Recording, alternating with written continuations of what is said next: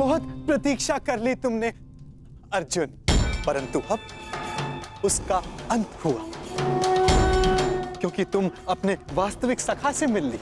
मैं हूं तुम्हारा वास्तविक सखा, तुम्हारा तारणहार, क्योंकि मैं ही वास्तविक वासुदेव हूं। अब तो तुम जान गए। बोल रहो पाखंडी।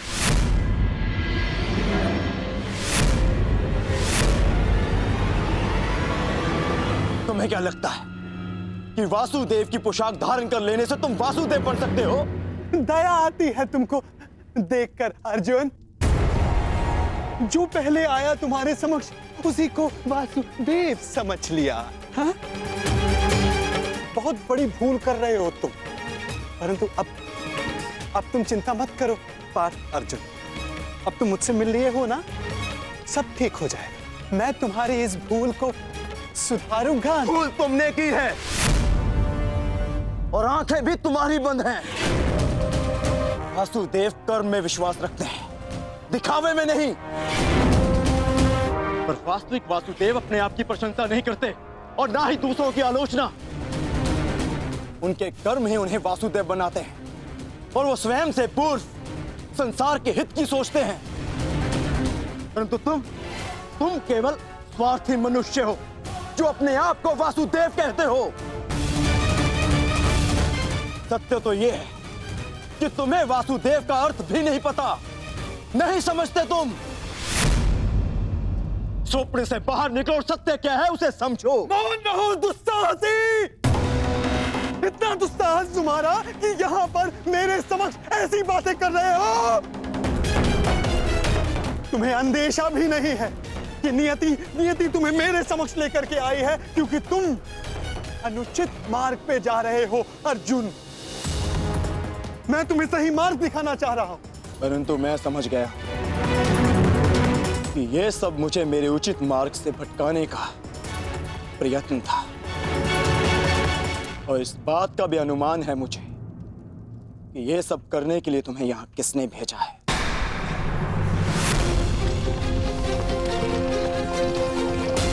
परंतु मेरे और मेरे लक्ष्य के मध्य कोई नहीं आ सकता, कोई नहीं।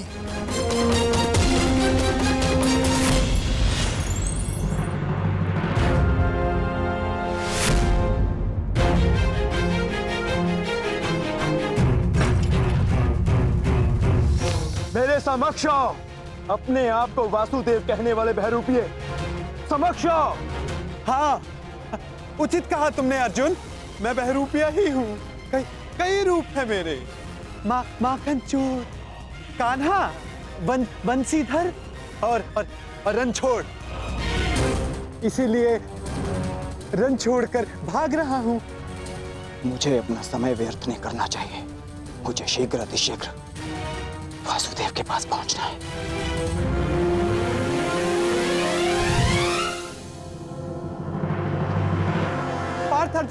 पार्थ अर्जुन कहां जा रहे हो अर्जुन? अर्जुन, मुझे छोड़कर कहीं नहीं जा सकते अर्जुन।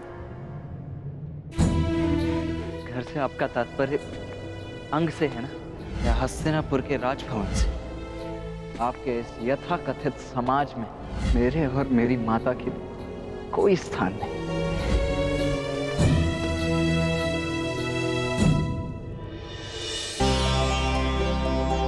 आइए पिताश्री, आपका स्वागत है।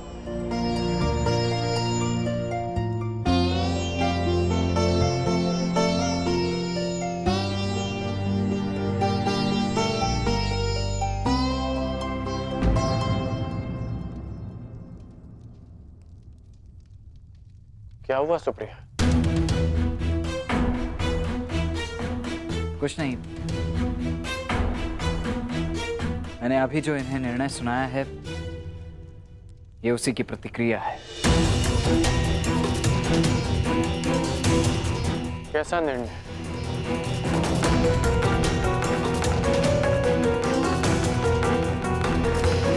ये किस विषय में बात कर रहा है सुप्रिया?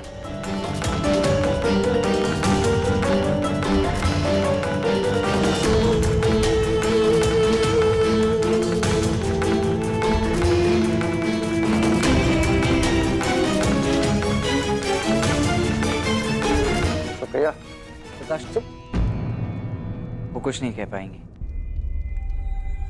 परंतु मैं बताता हूं। वो मैं आपसे धनुर्विद्या और युद्ध कला का ज्ञान सीखना चाहता हूं।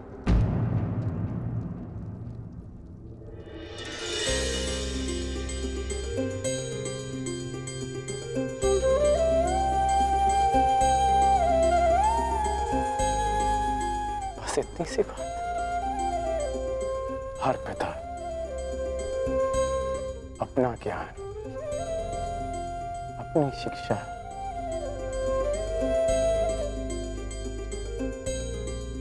अपनी संतान को देना चाहता है। मुझे बहुत प्रसन्नता होगी तुम्हें सिखाकर।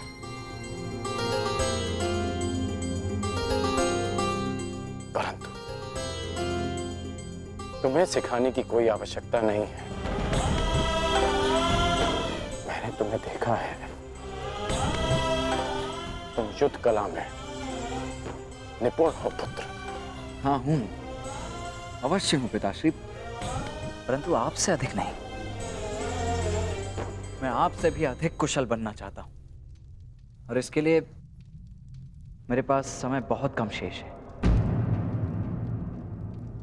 मैं ये जानना चाहता हूं कि क्या आप मुझे सिखाएंगे? हाँ, मैं तुम्हें अवश्य सिखाऊंगा पुत्र। युद्ध अभ्यास के बहाने ही सही, हम साथ में समय तो बिता पाएंगे,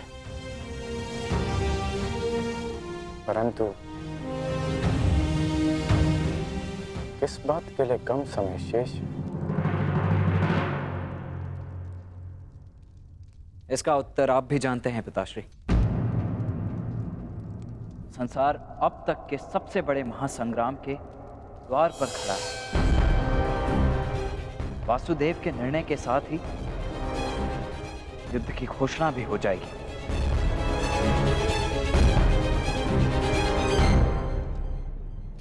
ठहरो पार्थ, ठहरो।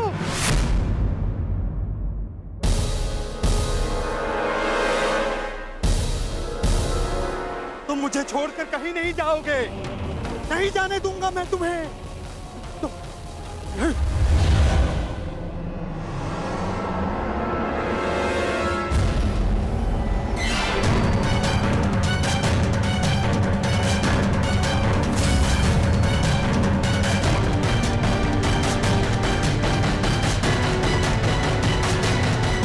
कहीं नहीं जाने दूंगा तुमको।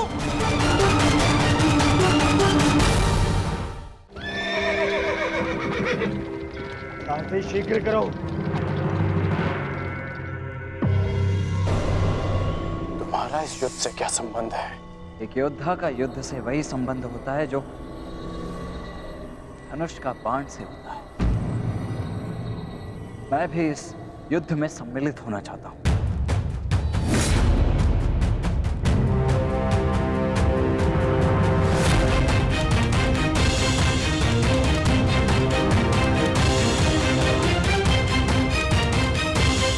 इसीलिए तुम मुझसे परीक्षण लेना चाहते थे? हाँ,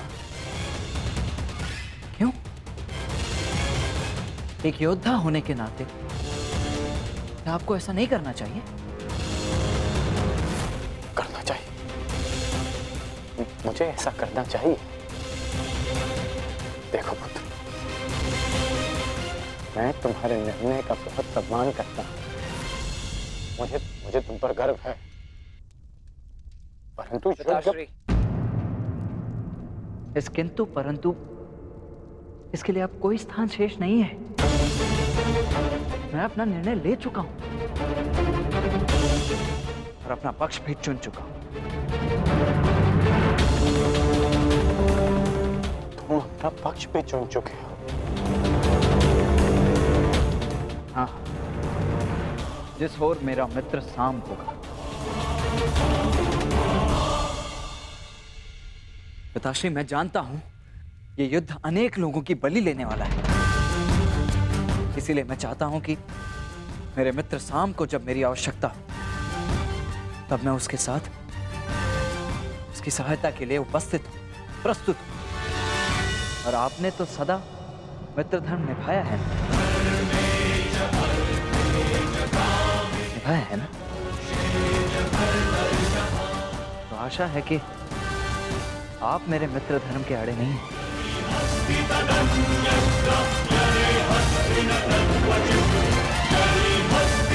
मुझे अभ्यास करने जाना है। प्रणिपात। देखो जो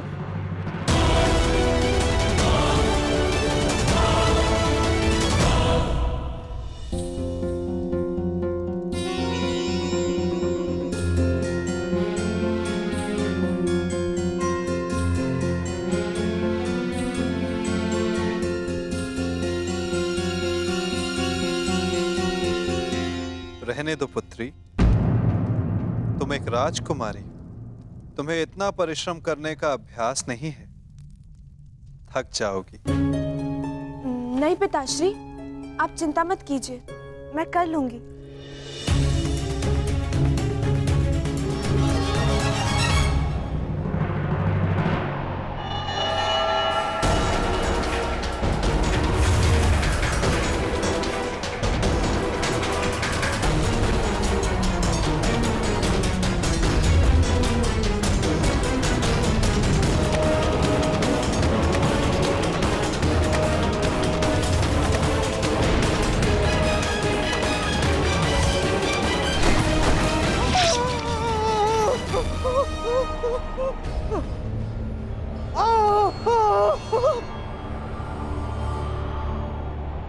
मैं तुम्हें अंतिम चेतावनी देता हूँ, इस माया जाल को समाप्त करो और मुझे जाने दो यहाँ से, अन्यथा मेरा अगला प्रहार तुम्हारे प्राण ले लेगा।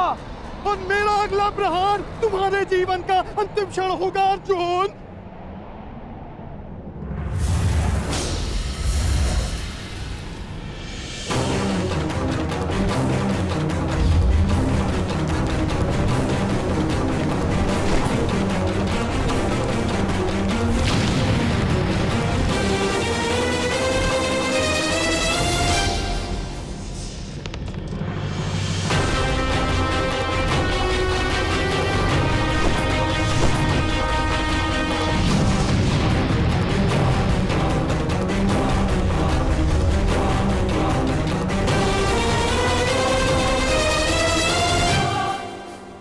ठीक है, तुम मुझे अपना आराध्य नहीं मानते ना, सही।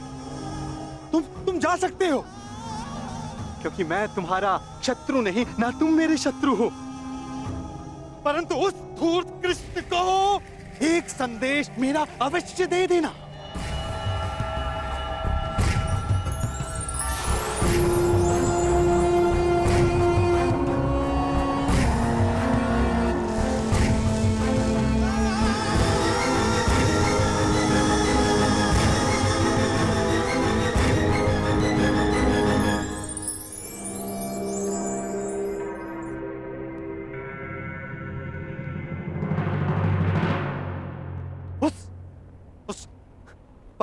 पाखंडी कृष्णा को ये उपहार दे देना, समझ जाएगा।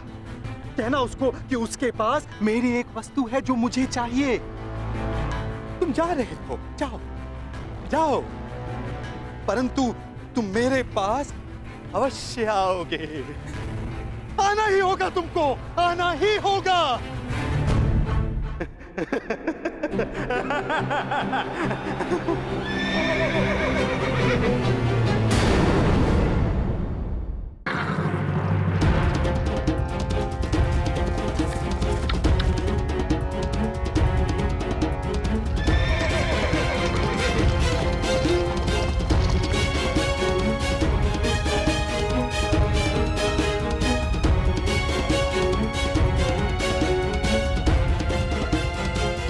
प्रतीत होता है कि अर्जुन अब तक द्वारका नहीं पहुंचा। ये मेरे लिए शुभ है। चलिए, मैं आ गया।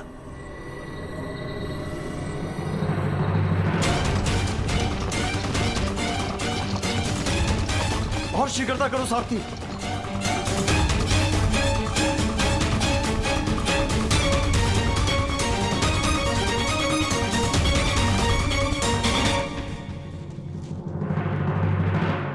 प्रणाम ससुर श्री। सुखी रहो। द्वारका में स्वागत है आपका।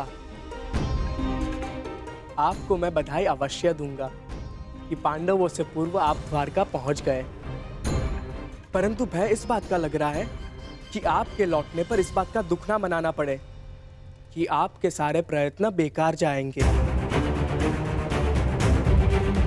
मैं जानता हूं मेरे पिता जो करने वाले हैं, परंतु आश्चर्य इस बात का है कि पिछले अनुभव को देखते हुए भी आप उनसे समर्थन मांगने के यहाँ कैसे आ गए। तुम भूल रहे हो साम, तुम्हारे पिता ने समस्त विराटनगर के समक्ष ये वचन दिया था कि जो भी उनके पास पहले पहुंचेगा उनका समर्थन उसी को मिलेगा।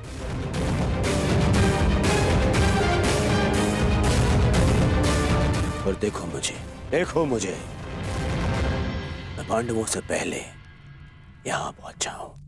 ये जानते हुए भी कि वचन तोड़ने मरोड़ने में वो सिद्धहस्त है।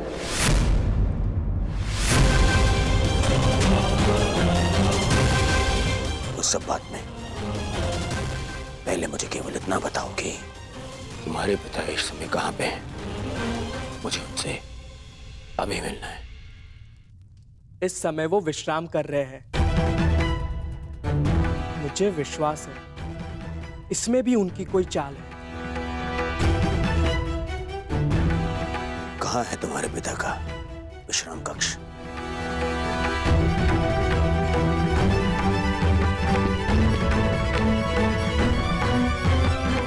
आश्चर्य होता है, इतना सब देखकर भी इन्हें अभी भी लगता है कि द्वारकाधीश इनकी सहायता करेंगे।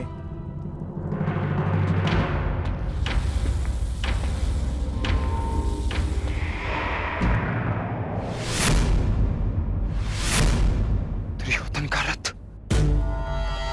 हे ईश्वर, कहीं माधव ने उसे समर्थन का वचन तो नहीं दे दिया?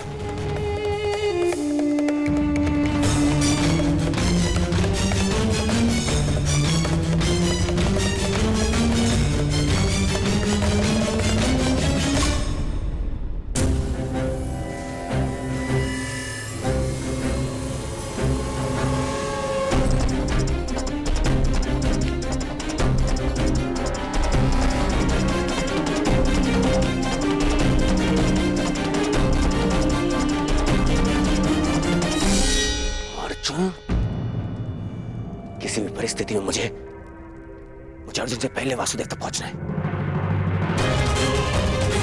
वासुदेव कहाँ है? वो अपने कक्ष में विश्राम कर रहे हैं।